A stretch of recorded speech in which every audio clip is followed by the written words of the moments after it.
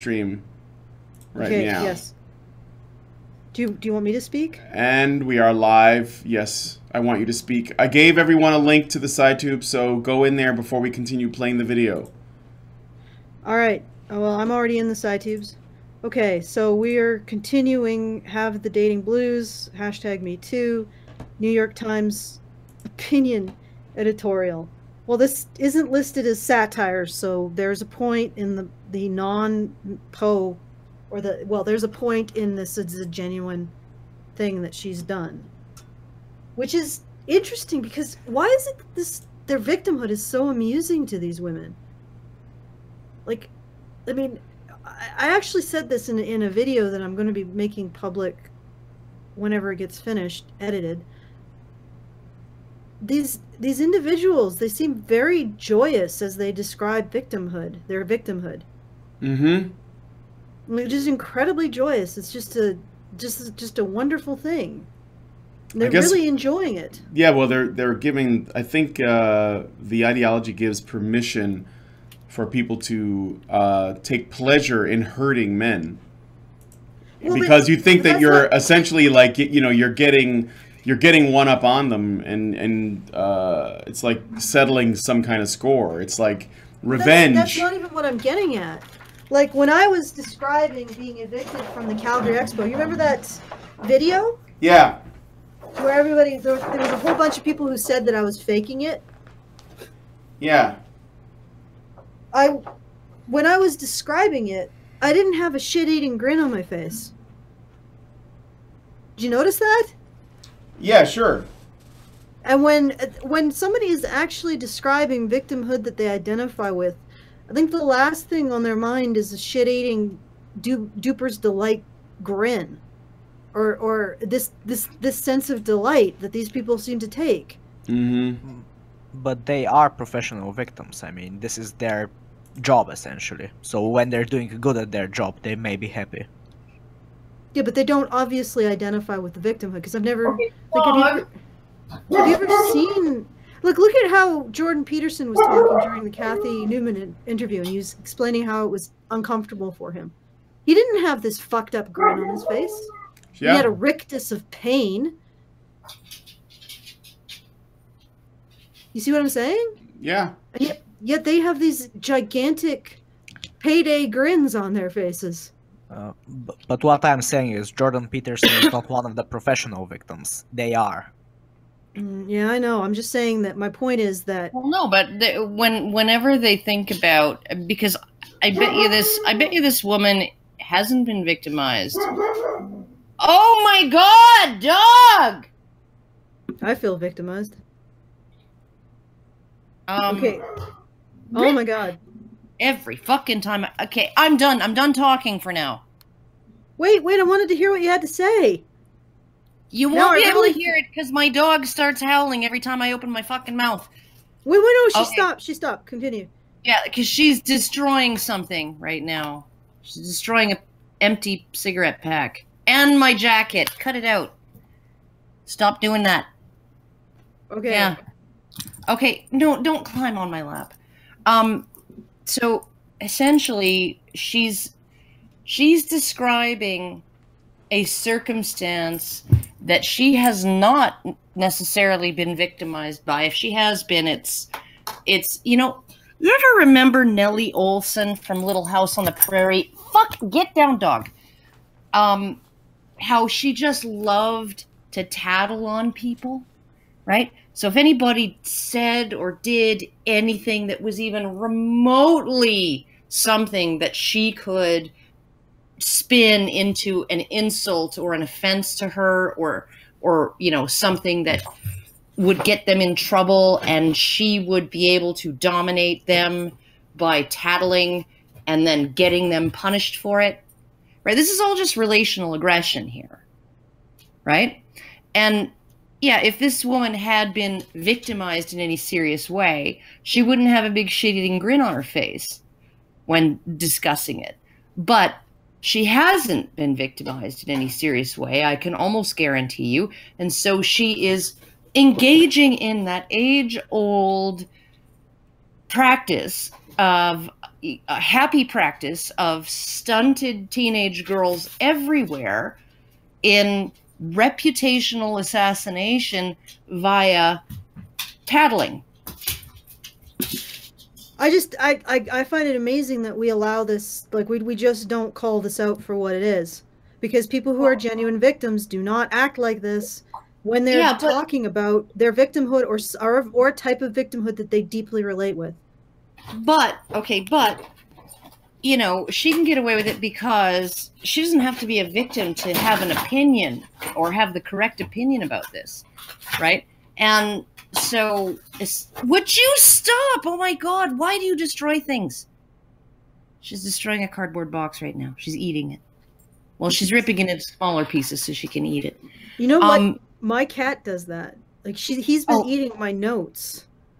Yeah, no, this dog, she ate a Revenue Canada check. Thank God it was the check for $5.95 that they sent us as an adjustment, and not the $8,000 tax return that we got.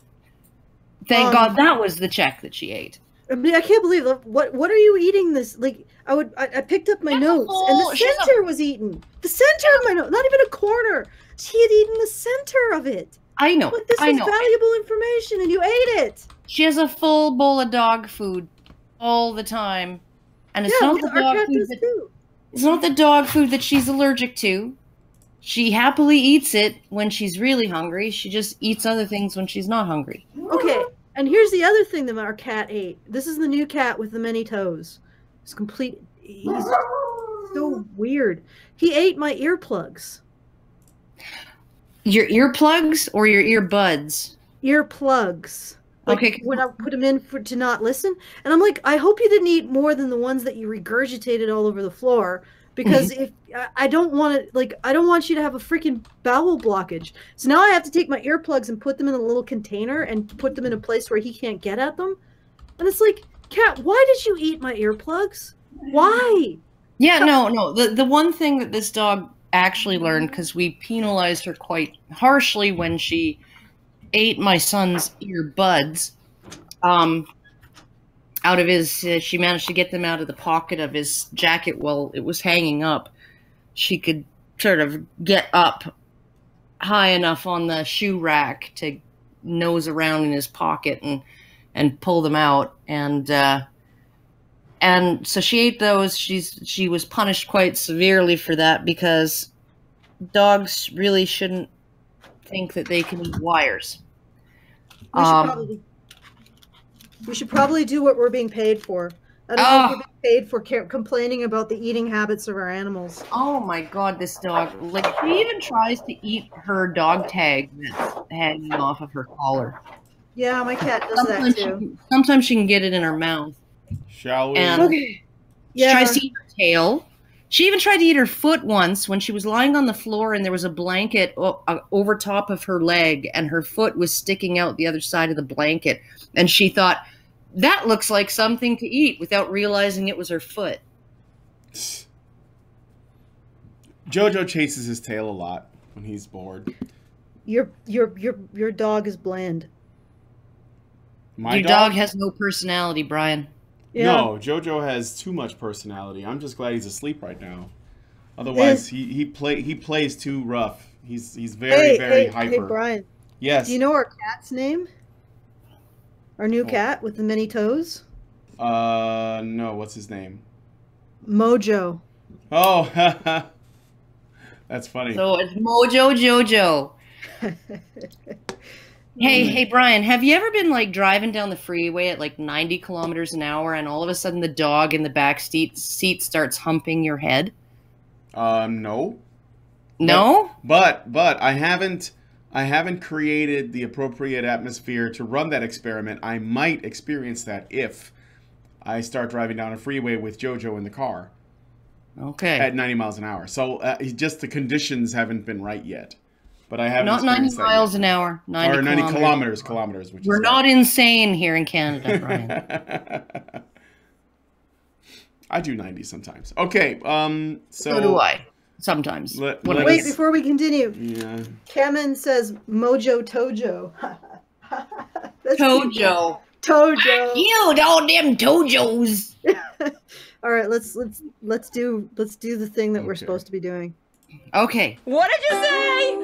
That's not okay. I'm feeling Let's triggered not in do the every thing which that we way. said that we were going to do. Let's just continue to talk about our cute animals. This is almost over. Well, it doesn't help that her voice is just Like Even ear-piercingly worse than bad. Yeah, I'd rather if- listen to Karen's dog If you guys, howl. if you guys are listening in the side tubes, you might have realized that you don't need to listen to your audio. So just mute it because my audio will play through. You know what I'm saying? Okay, let's continue then. Doesn't that plant look great? Go ahead, masturbate while I call Ronan Farrow to break up this date. Singing, ooh, What? men are toxic. Ooh, why on earth am I straight? Because women wouldn't tolerate your bullshit. yeah, pretty They much. would probably, you would date a lesbian, and the first sign of head games or bullshit, she would pile drive your head so hard into the ground, she'd probably crack your skull. She might not break up with you, but she'd probably beat you. Yeah. Like, And she'd have no compulsion not to, lady. That's why you don't date women. Because they do not have any compulsion to tolerate your shit and not hit you. They will just beat the crap out of you. like, I mean, I'm not going to badmouth all lesbians, okay? Because there are plenty of lesbians out there who don't abuse their partners, okay? But they do tend to engage in more domestic violence than other types of partnerships. And part of it really is that women are the primary initiators of violence, and when those women initiate violence, their female partners have no compunction about hitting them back, right? And that's really what it is. It's not like in a straight relationship where the woman hits her partner like a bunch of times with her fist, against his chest and maybe slaps him across the face and he just stands there and takes it because it's never okay for a man to hit a woman. Right? Yeah, that rule doesn't apply in lesbian relationships. So things get out of hand. Mm. And when you have that kind of woman who is going to lash out violently. I wonder if this woman is that kind of woman. Oh, God. Well, look at her. She's like smashing her fucking ukulele. Yeah. Yeah. So nothing gets more punk rock than smashing your ukulele. Absolutely. Shall we Okay. Shall we continue? Shall we? Let us. Sorry, I interrupted Stallone there. No, that's What okay. wait, this is a sudden change. Yeah. When did we enter like the hair? Oh, there's a transition of sorts. What was that The now? Sultan's harem. The Sultan's harem. Like, Yeah. When did that start? Yeah, I don't know. Let's find out what Shahrazad has to say. Yeah, Is that the yeah. name of it? Scheherazade. And no, that's Scheherazade. not Scheherazade. That's just a friendship bracelet, Brian. Oh, okay. Jeez. Well, but it looks. time But is we're up. talking about I'm the gauzy.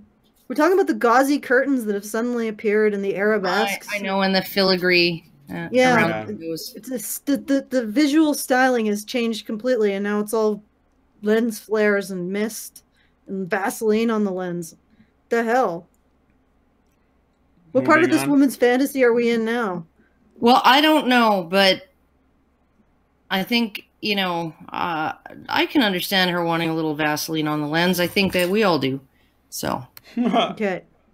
is Even up. Stefan I'm Molyneux done was with told me this. that. Even though I'm a white feminist, I still need to complain. Oprah, please save my brain. Oh God. So I assume you roofied my beer. Jeez, that joke is way. Whoa. Oh, there is another I'm lyric. Okay, go ahead. I'm afraid that even Oprah can help her with that part. She needs the secret. All right, let's so final verse. So I assume you roofied my beer. Jeez, Why that would joke you is assume way such a too thing? severe. Well, What? Why would she assume such a thing from a prospective dating partner? the hilarious thing is I joke about that the last place I made a joke about that was at the Jordan Peterson talk, right? And we were at the after party and I was sitting there and then and my guy went to the bathroom and then I wanted to go out for a smoke and so I look at Tim Moen, who's like the leader of the Libertarian Party of Canada, and the other two guys that were sitting next to us. And I said, I'm going out for a smoke, gentlemen. I expect there to be at least 2 roofies in my drink when I get back. You know. So you joked in the contrary. Yeah, do your job. Yeah. Do what you're supposed to do. Roofie my beer. Do it, faggot. Or my wine, right? And they thought that was funny. But it's just like this whole thing, too, about roofieing drinks. It's extremely rare. It does not happen often. No, mostly they find out that the woman just drank too much. Yeah. Yeah. Okay, let's... Continuing on. So once again, this is another red flag, is, oh, you roofied my... Like, seriously, you're the one... No. Majority of the red flag lady. is that she says... The red flag is that she says, I bet you roofied my beer, and he says, no. And that joke is too severe. Yeah, and then she's like... But it's... Well, what the hell is he supposed to say to that? It all depends on how the joke is made, right? Like, because when I make that joke, the guys all laugh and they think it's funny, right? No. She's not making a joke, Karen. You're making a joke. She's making an assertion to her date. So have you roofied my beer? And she's like, what? Yeah. Like, how is he supposed to respond to that? Yes, I roofied your beer. She doesn't even... You've become my stereotype of how awful male sexuality is. I feel fulfilled. Like, yes, I've roofied your beer. And she gets upset when he says no. What the fuck are you talking about? She gets upset at that. How does she win? Yeah, I know. And it's like, but I have actually, come back in from a smoke and said to the guys, men's rights guys and stuff, politically incorrect Edmonton guys, said, so you roofied my beer, I guess, eh? Or my drink. And, or are there roofies in this? Are you sure? Can you guarantee? No? You're right, as I'm drinking. They take it as a joke, right? Because they know where I'm coming from. Yeah. Right? That it can't be taken as a joke when it's coming from a feminist. No, and when he takes it as a joke, she gets offended, so one presumes it wasn't a joke to begin with. Yeah. She's saying, did you roofie my beer? And he says, oh, I think that joke is too severe. And it's like, oh, I didn't mean that as a joke. What is he supposed to say to that? Well, we haven't heard her part, but she didn't ask him if he roofied her beer. She said, I assume you roofied my beer. So she doesn't even ask him. It's not a yes or no question. She's sure of it. And then he's like, whoa, that's a fucked up thing to assume about me. Is this mocking this woman?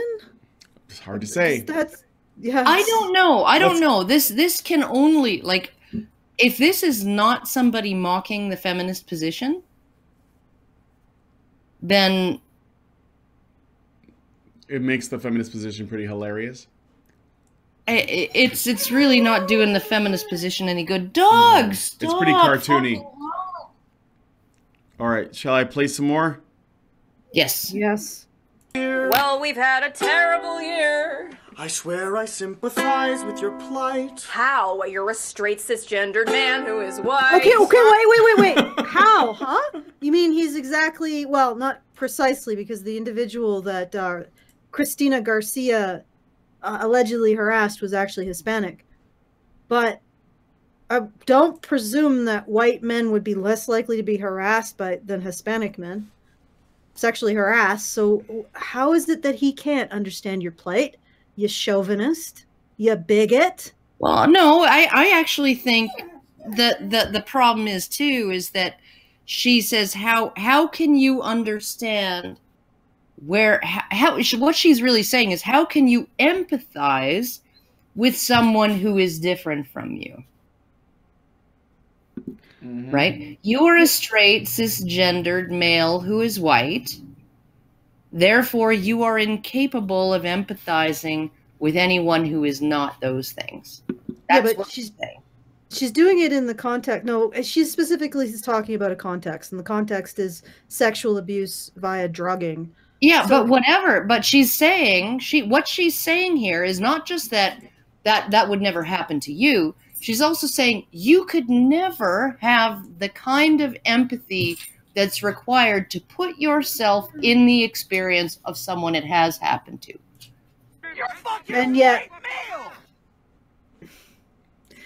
And yet, here we are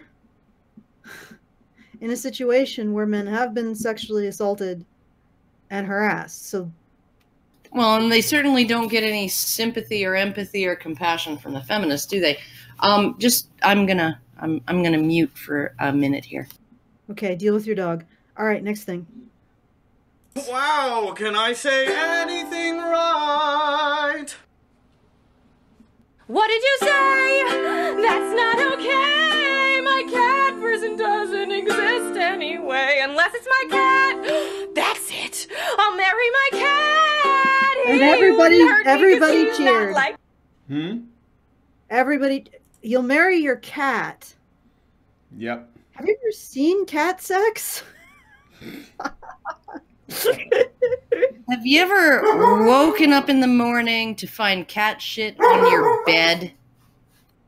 No, I don't have cats. Okay, well, the cat shit or on your cat bed. puke in your shoe? The affula of the cat is not. Oh, I know. The sex is really horrible, but at least the cats don't hump you, right? No, they I mean, don't sure, really. They jump up on your lap and stick their anus right in your face 3 inches from your nose, right? Sure, they do that. Sure, they shit on your pillow, right? The woman is talking about initiating a sexual relationship with a cat. She's talking about marrying her cat. That's different, Allison. Don't you Sex realize is that when usually a people part get of- married, they stop having sex? Usually considered a sexual relationship. No, not anymore. Okay, anymore. fair enough. She's gonna marry her cat. Moving on. Ugh. Or Right. herself. Or herself. She could marry herself. That's a thing now. Ugh. hurt me because he's not like that. Singing, ooh, everyone meet Trent. Hey, actually, cats can't consent. Fair enough. Oh, she was actually talking about a sexual relationship with her cat. I don't even know what this is. I don't know what this is. Let's go to the comment section. Okay. So, no. Let's go to the low bar. Okay. The New York Times published this on February 14th, 2018. The Me Too movement has changed the public conversation on gender dynamics. In this satirical music I'm single. Sorry. video op-ed, Emily Lynn's song What Did You Say plays out some dating scenarios where the debate supersedes romance. Okay, so maybe this is satirical. Emily Lynn is a writer and actress. She voices Eric Trump, Ivanka Trump, Karen Pierce, Nancy Pelosi, and Betty DeVos on Stephen Colbert's Our Cartoon President, making fun of Betsy DeVos. What do you mean? Like, so feel free to make fun of Ivanka Trump and the others, but why Betsy DeVos? What the fuck did she ever do? Except protect people from violations of due process. That's what she did. But that's letting the rapists win, Allison. And false accusations is one of the way that rapists rape. So there's no us versus them in all of this. Ugh. I think Mr. 303 wanted to say something. Go ahead, Mr. 303. No, I was just before reading the description, I was just going to say this may be satire because comments and ratings are enabled.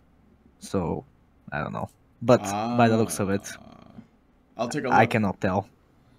It's a little ambiguous, but I don't know. I still maintain that there's a pretty good chance that this is not ironic. This is what they really think. That's my gut. It's definitely very confused because I don't know what If it was ironic, they would be making fun of the assumptions. Well, a woman who wants to remove men's due process, a woman who's obsessed with sexual assault, a woman who apparently wants to rape cats. It's also really disliked, but not I viewed think very much. I think it may be trying to satirize the men in the clip, essentially saying, "Oh well, not all men are like that," and all the usual arguments. But from our point of view, it looks like she's the asshole. Mm-hmm. Yeah, maybe you're right. Maybe it is trying to make out the men to be the asshole. Well, you know, Jordan Peterson said something interesting about that. Oh my God, dog! About the Kathy Newman interview. He said they posted the whole thing. He talked to some people in the production staff afterwards. He said they posted the entire thing on YouTube because they thought that she won. They thought that it was a good interview, that she won, that she stuck it to Jordan Peterson, that she revealed him as a horrible person, right? And so it really is that kind of blindness, and this goes for pretty much everything. Goes for pretty much everybody who's part of a tribe. Is that, you know, you're gonna view your side as having won, okay, right? In this case, then the satire is even the idea. They're satirizing the idea that there are any innocent men, and that men don't deserve a universal condemnation. That's what they're satirizing. I don't know. I have no fucking clue. If that's what that is, then that's what they're satirizing. They're not satirizing her. At the most, they're saying that she's, oh, maybe she's going a little too far by bringing this into her dating life or something. But what they're actually satirizing is the very idea that men should have any defense at all, or should defend themselves, or should be able to defend themselves. Well, that's what Alan Dershowitz said years ago. Rape is now considered a crime so heinous even innocence is not a defense. Okay, I think I'm gonna call it there. We've gone through the thing. Yeah, We have gone through the thing. Yeah. Here, here. Here, here. We've completed. Mission complete. We're gonna get out of here. Thanks for joining us on the After Show.